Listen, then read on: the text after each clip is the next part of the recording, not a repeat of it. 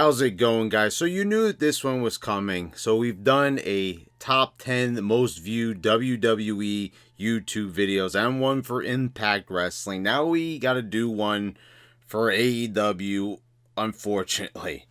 This is one that I really wasn't looking forward to doing because it actually meant I had to watch more AEW. So let's get right into this. A lot of the videos, like I said, for the other two countdowns that I did, they were very surprising. I didn't expect to see a lot of those. I had never actually clicked on, the most viewed, the most popular section. And I was like blown away, like the top WWE one. I didn't expect it to be Triple H and Orton, with him leaning over Stephanie with the kiss and everything. So I didn't even expect that. And I also didn't expect the one for Impact either. So let's take a look and see what are the most viewed videos of all time. This one was surprising too, but then again, I'm really not surprised because this is like the least popular organization overall, because there was a point when Impact was getting way more viewers than AEW is right now. So let's get right into it. So let me pull up the screen right here so you can see all the videos here on YouTube. There you go. So we're going to do a countdown here. We're going to start from number 10 and work our way to the most viewed video of all time. So what do we got at number 10 here? Wait until you see what happened when Jericho and Orange Cassidy faced off AEW Dynamite, June 24th, 2020. 4 million views. This right here is like a total embarrassment. Orange Cassidy.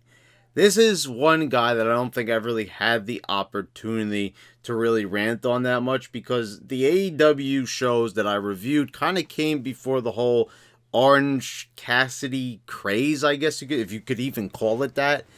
This is one of the prime examples of why AEW is such total mindless garbage, where they just give in to this small little audience that they have. And they think that this is like the standard bearer. Like what these fans say, and there's not even any fans there, but you could rest assured that if there were fans in the arena, then they would go for this. They got a few fans now, depending on what arena they're in. So, but when they were doing this earlier in 2020, they had no fans, and they were still carrying on this total shit show. And it was stuff like this. This was during June. There was only certain people in there. I think that they were people who worked for AEW. Tony Khan was paying them. A few of them were wrestlers, I believe. But this was just like, it was a brawl. Orange Cassidy starts off doing his little kicks. This video almost has 5 million, by the way. It's 4.8 million views on this one, as you can see. Starts doing his kicks, and they start brawling in the in the crowd, in the stands, you could say. And they get a little bit higher up. Cassidy starts bleeding from the ear, and then he ends up actually pushing Jericho off through a table, and Jericho is made to look like he just got his ass kicked by this little dweeb, this little nothing, this little schmuck. And the whole thing with Orange Cassidy, and we're going to get to this in a minute, I'll elaborate on it more, is that he makes the wrestling business look even faker than it is. And I said it should be everyone's job in this to make it look as little fake as possible. You could take things and make them a bit more believable. You could lose yourself in it. Cassidy kind of reinforces the fact, he's screaming in your face, this is fake as shit, and I'm gonna make it look even faker than normal. And if that's his goal, he succeeds. He's a farce, he's a joke character, he's a comedy character. But here he is with Jericho, the former world champion, their big money-making star. I don't know how much money he's actually making, but I'm sure if Jericho wasn't on the show, there would be far less viewers. So this is how they treat their cash cow. just dumping him off the stands by this little nothing, this little piece of garbage. Let's move on. Number 9, AEW Dynamite Anniversary. Did Jon Moxley join the Inner Circle? 4 million viewers. So I actually reviewed this show, I remember. This was, I think, the last AEW show before I took my hiatus was, I think it was Bash at the Beach, but I also did Dynamite Anniversary. And this is like a celebration that it just goes on for way too long because, okay, look, if you're invested in this and you really wanted to see if Moxley was going to join or not, you could have seen this fake out coming from a mile away. Really. I mean, did you really think that the way how they were leading up to this, that Moxley was going to join? No one believed it. There was even this aura in there. You could just tell by the way how it was acting that they were obviously going to do that, that fake out type of routine that they've done 1,000 times in wrestling, but they're going to do it again here. This was just a segment, really, that was a waste of time. It went on for so long. You could even see the clip here was 5 minutes and 49 seconds. Just to get to an end result that we knew was going to happen in the first place. And people could argue, oh, no, Moxley was very believable. You can believe what you want. I didn't buy it for a single fucking second. Anyway, number 8, Moxley Strikes Back. AEW Dynamite, February 5th, 2020, Huntsville, 6 million views. So basically, I don't know why this even got 6 million views. I guess because Moxley looks like a pirate. They probably wanted to see if, they were doing a pirate character over on Dynamite, so people probably saw this and they figured why not click on it. A crazy pirate holding a car key. And instead, you click on it and you just get a baloney wrestling segment with him using a car key to poke Ortiz in the eye with it. And the facial expressions from Ortiz in this match, I mean, this is a guy where a lot like Orange Cassidy, he makes this like into a total joke. He's like a cartoon character. His eyes he hits his partner Santana and he gets launched off the ring apron and his eyes are like bulging out like ooga. Like it just looked so stupid. I had seen this, I believe, didn't I review this episode? I don't remember because I was kind of all over the place with those reviews where I was watching them for my subs, and then I stopped for a while, and I took a break, and so that timeline's a little bit broken, so I don't know which ones I did watch. I know that I did the first few up until Full Gear, and then I stopped, and then I came back, and then I stopped again. This was just, it was totally phony. The whole thing with Ortiz doing the sell job, he's like flopping all around like a goofball, but that whole spot with him knocking the partner off the apron with the eyes right there, it's like anyone with any common sense would stop watching it right there. Because, if say you were someone that didn't watch in a while and you see these cartoonish facial expressions, like why would you keep watching? I would love to know, what was the drop-off rate on this YouTube video? Like, how many people stopped watching the moment they saw Ortiz's eyes bulging out of his head like an idiot? Then we have at number 7, something I was interested in seeing. I actually didn't even watch this clip up until now. It was like one of those things, like, when you see a YouTube video and you mean to watch it, and I don't really use the watch later feature, but I kind of just kept forgetting to watch it. So this is what we get. What happened when Mike Tyson stepped into the AEW ring? AEW Dynamite, May 21st. What was this? May 21st or the 27th? Oh, the 27th. 2020, Jacksonville, Florida. 7 million views. So this is Mike Tyson. Come on. I'm kind of surprised that this is not the number 1 video on here.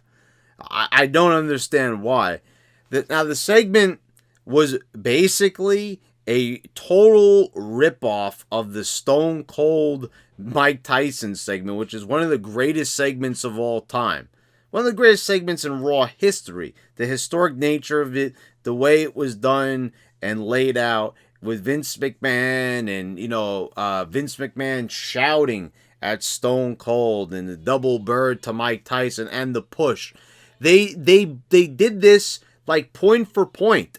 And this is like, how do you take a classic segment and basically do a parody of it? How do you take a classic segment and just bastardize it and just make it 10 times cheesier and cornier when the original segment was not the least bit corny or cheesy at all? But they did it here. They somehow made it one of the lamest things I've ever seen. I mean, this ripoff is so bad that they even did the same exact pushing spot. Tyson pushes Jericho, Jericho pushes him back. Now, they don't have an authority figure here, so Vince McMahon can't say, oh, you're ruining it and everything, and you can't get that great energy. This is really sad because we have a reference here to when Mike Tyson guest hosted Raw. Remember when there would be guest hosts for Raw? We're talking about something here from, you gotta be kidding me, from 10 years ago on Raw. Even Tyson even references the storyline with Jericho stealing the title. And they're like continuing something from WWE, and they said that they don't care about WWE. They're not trying to compete with WWE. But here they are like making reference to a WWE storyline. And you just completely ripped off the buildup to WrestleMania 14, that Raw, where they had the same thing go down.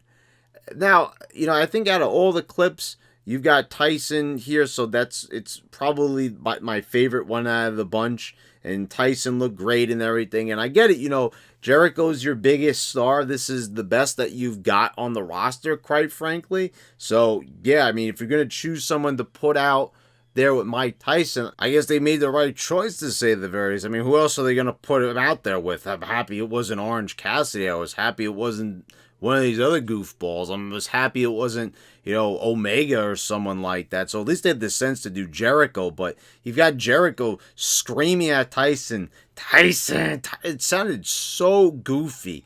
What a complete just bastardization of that classic segment from Raw. I mean, oh my God. How is it? I'm saying, like, this is AEW we're talking about here. That did this segment, that they went through with this, that they just said, oh, you know what? Let's just copy something from 22 years ago and make it so much worse. I mean, this wasn't even building towards anything. They didn't even have a planned out feud. It was just kind of like a little bit of a promotional spot, something maybe for AEW to try to get some viewers. I don't know why Tyson really agreed to this. I guess he figured, get a little bit of wrestling fans to come in to watch the fights. I guess it kind of makes sense, but there's probably other places he could have spent his time besides AEW. At number 6, we have AEW Dynamite Episode 8. Hangman Page and MJF win the first ever Dynamite Dozen Battle Royal. 7 million views. And this is Orange Cassidy again. I don't know. You could scan your eyes here across the screen. You see that there's definitely an Orange Cassidy theme. I don't understand why. I don't get it. I mean, I don't know. I guess there's a lot of people telling their friends about Orange Cassidy and they decided to watch it. I can't explain it. But I mean, this is probably why they keep doing Orange Cassidy stuff.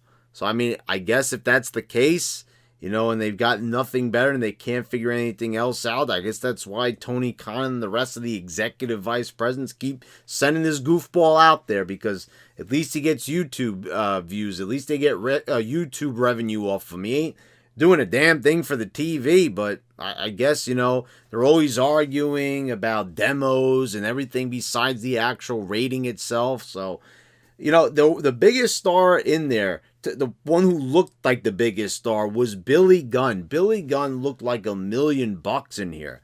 Now, this is from late 2019. But dear Lord, did Billy Gunn just look totally ripped. He looked great.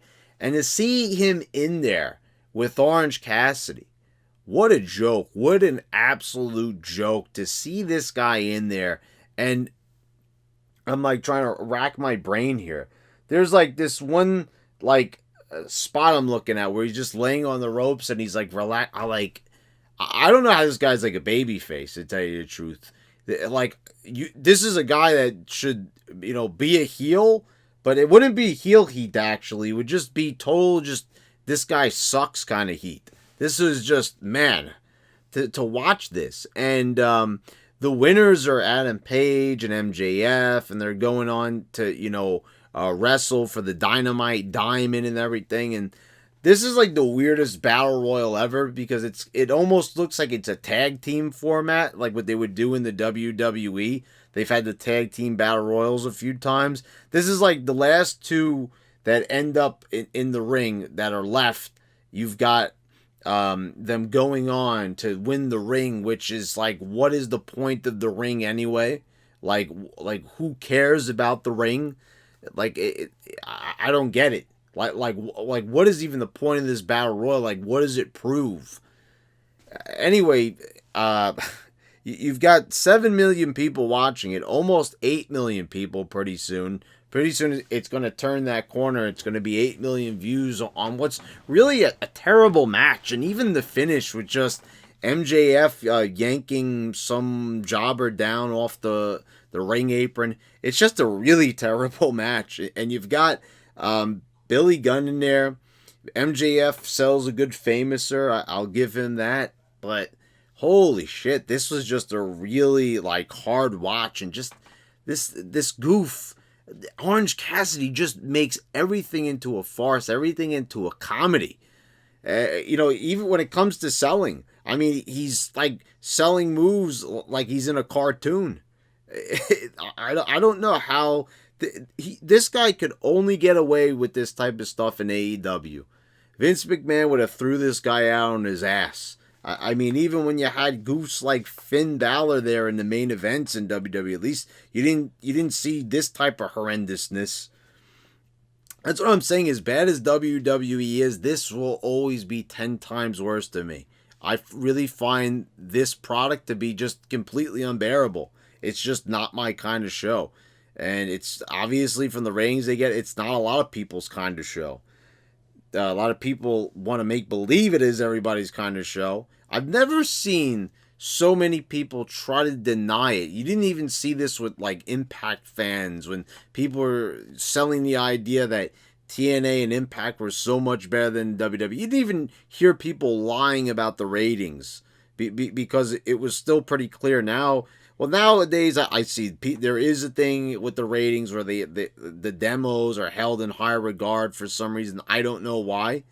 More eyes on the screen usually means a bigger success. A higher number usually means a bigger success. But, whatever the way is to twist and turn the truth, I guess that's the idea that sells. That's what people believe when they report in the dirt sheets. Number 5, AEW Dynamite Anniversary. Orange Cassidy goes hunting for a Luchasaurus. 8 million views. I did review this show. I really believe that I did. You have Orange Cassidy getting the best of Luchasaurus, who's like a 6'10" guy. Marco Stunt and Jungle Boy. I cannot believe that these guys are out there. These guys, without a doubt, as much as I have knocked people like Sami Zayn and Kevin Owens over the years, I will take those guys over these guys. I mean, these guys are so fucking small. I mean, Marco Stunt, there's like no muscle tone on any of these guys. And how are these people getting cheered because they do a few high spots?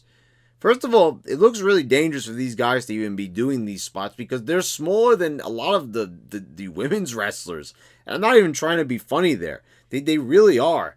And this is not entertaining. This isn't fun to watch at all. You've got Orange Cassidy, Marco Stunt, and Jungle Boy all on the same screen together. Now, obviously this video got the 8 million. I'm not going to lie and say it was Luchasaurus, because no one knows who the fuck that is. It's Orange Cassidy, obviously.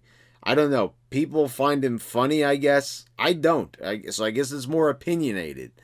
But like I said, he's not driving ratings on TV. I don't know what it is with YouTube why people want to see this. I guess it's because they just want to watch that one little clip and laugh at how fake he makes wrestling look. That's really my best explanation that I could come up with. At number 4, The Inner Circle beats down Jon Moxley. AEW Dynamite Bash at the Beach. 9 million views. This is the one with the key to the eye, and this right here is like they went with him wearing an eye patch for so long, and I don't even get the point really. Just so the guy could walk around with the eye patch, like why was this like something that was needed? Now I get they want to make it like personal, but I don't know. 9 million views really for this. I guess it's like, kind of shocking. I don't think they've ever done like a key to the eye before. They've done a fireball to the eye. I just talked about that during my SmackDown review when I was talking a little bit about the Alexa Bliss Orton fireball scene that they had. So, I don't care about this really. I was bored when I was watching it then. I don't understand, but I guess if you've never seen it before, you're clicking on it for something shocking. You can't really tell what Jericho is going to stab him with, so I don't even know why people bothered. At number 3, you've got Orange Cassidy tried at AEW Revolution. Order the replay now. 13 million views. Guys, I don't know.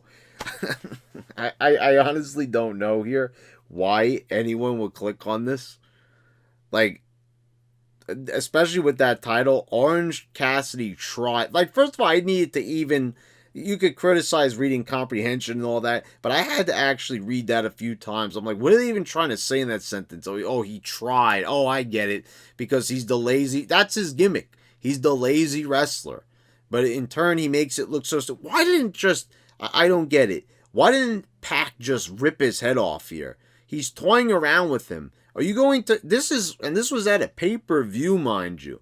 If you watched this clip, was this really going to make you want to order the pay-per-view? Would you really pay good money to see this match to its completion? This is like what you would put out if you were trying to tell people, you know what, I really don't want you to order my pay-per-view. Watch this. So really the title should be, don't order the pay-per-view at all, because this was like, first of all, the thumbnail here, I don't know, you look at it with the little low kick here, what are you getting out of this? Like, why would you even click? I don't know. Like I said, it's an Orange Cassidy thing. I guess it was word of mouth. People said, your friend, I don't know why they would be your friend, that was praising AEW to the heavens, said how great this guy Orange Cassidy is. He said he's the next Rock. He said he's the next Stone Cold. He said he's the next Hulk Hogan. I don't know. I mean, the bar has been lowered. I'm very surprised. Like I said, there was some surprises on here, to say the least. But wow, I mean, this is really just trash getting a lot of views for no good reason. At number 2, AEW Dynamite, Episode 6, the shocking conclusion. Oh, no, it says the shock conclusion going into Full Gear. 18 million views. So I did a review of Full Gear. And I believe I reviewed this show as well. I remember, I think this is where I stopped. Was this Dynamite, and then Full Gear I watched it. And Full Gear was like the most over-the-top show of all time. It was a spot-heavy mess. This segment right here is like, you know what this really reminded me of? And I've seen this video posted numerous times, not just on wrestling pages, but like entertainment pages on Facebook. People really love the Go Home segment for that was on Raw leading into Survivor Series 2001. The one where it was WWE versus the Alliance. And why did people really get a kick out of that because it was just so many great stars in there. You know, Undertaker, Kane, Stone Cold, Kurt Angle, The Rock, Jericho. Everyone was rushing in. They were doing their finishers. It was some great stuff. It was great television. And like I said, that was at a time when hitting numerous finishers was rare. You didn't really get to see that. So it really stood out. And just everything, the way how it looked, and just all these great stars coming out. But in this segment, you've got, you know, Jon Moxley, who, you know, to some extent I do like. He's probably one of the most overrated wrestlers of all time. You know, that goes to the other guy standing across from him here in this thumbnail, Omega. Kenny Omega definitely gets that. But as far as people that I actually like that are overrated, this is basically the Cesaro of AEW, I will say. Jon Moxley, where this is a guy that he's not as good as everyone thinks that he is, really. And I don't think I really made that a point. But seeing, like, the untapped potential of Jon Moxley, there really isn't a lot to tap. This guy is very one note.